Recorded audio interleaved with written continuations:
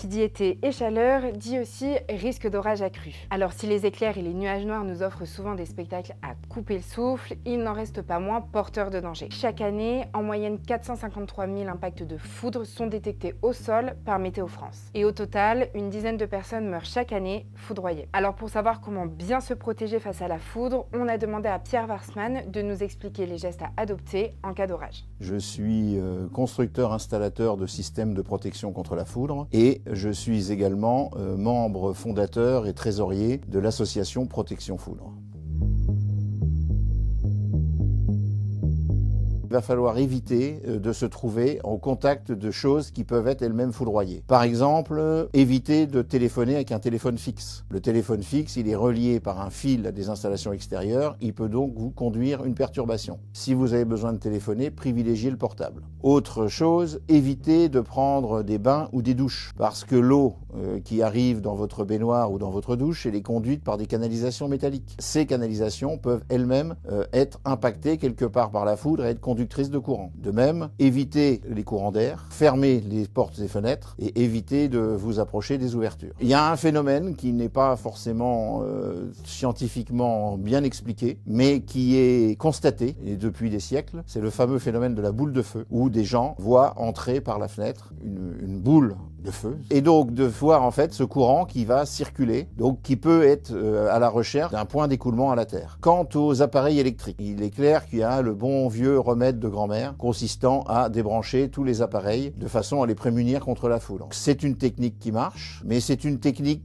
qui est quand même aujourd'hui très ancienne, qui peut être difficile à mettre en œuvre, parce qu'on n'a pas forcément beaucoup de temps pour tout débrancher. Il suffit d'oublier un seul appareil, et s'il y a le moindre courant de foudre qui pénètre dans la maison, c'est comme si vous n'aviez rien fait. Dans la maison, même si vous ne prenez pas toutes les précautions, la présence de la maison va quand même déjà vous mettre à l'abri d'un certain nombre de problèmes.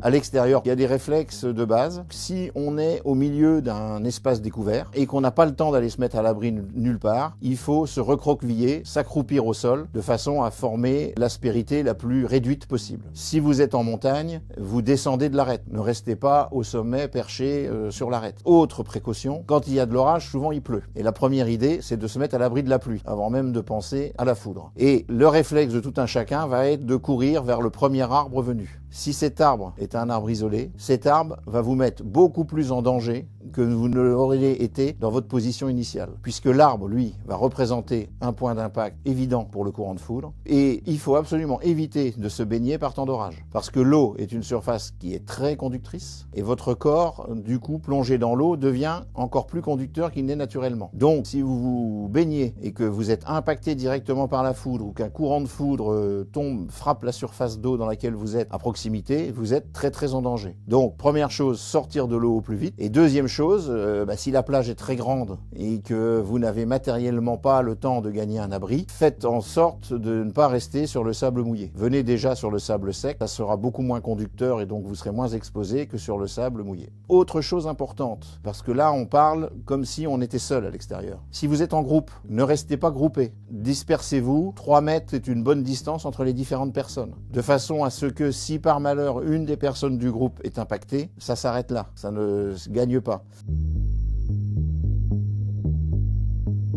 Votre voiture peut être impactée par la foudre. Si vous avez une voiture avec un toit métallique et une voiture avec une grosse partie de la carrosserie métallique, vous vous trouvez en fait dans la protection idéale qui est la protection de la cage de Faraday. Vous êtes dans une enveloppe métallique idéale, donc vous ne risquerez rien. Par contre, si vous êtes dans un cabriolet, ce qui peut arriver l'été, ou si vous êtes dans une voiture fortement composite, toute cette protection disparaît. Donc à ce moment-là, il s'agit de se mettre à l'abri le plus vite possible parce que ça n'est pas la faible épaisseur des pneus qui va vous isoler de quoi que ce soit.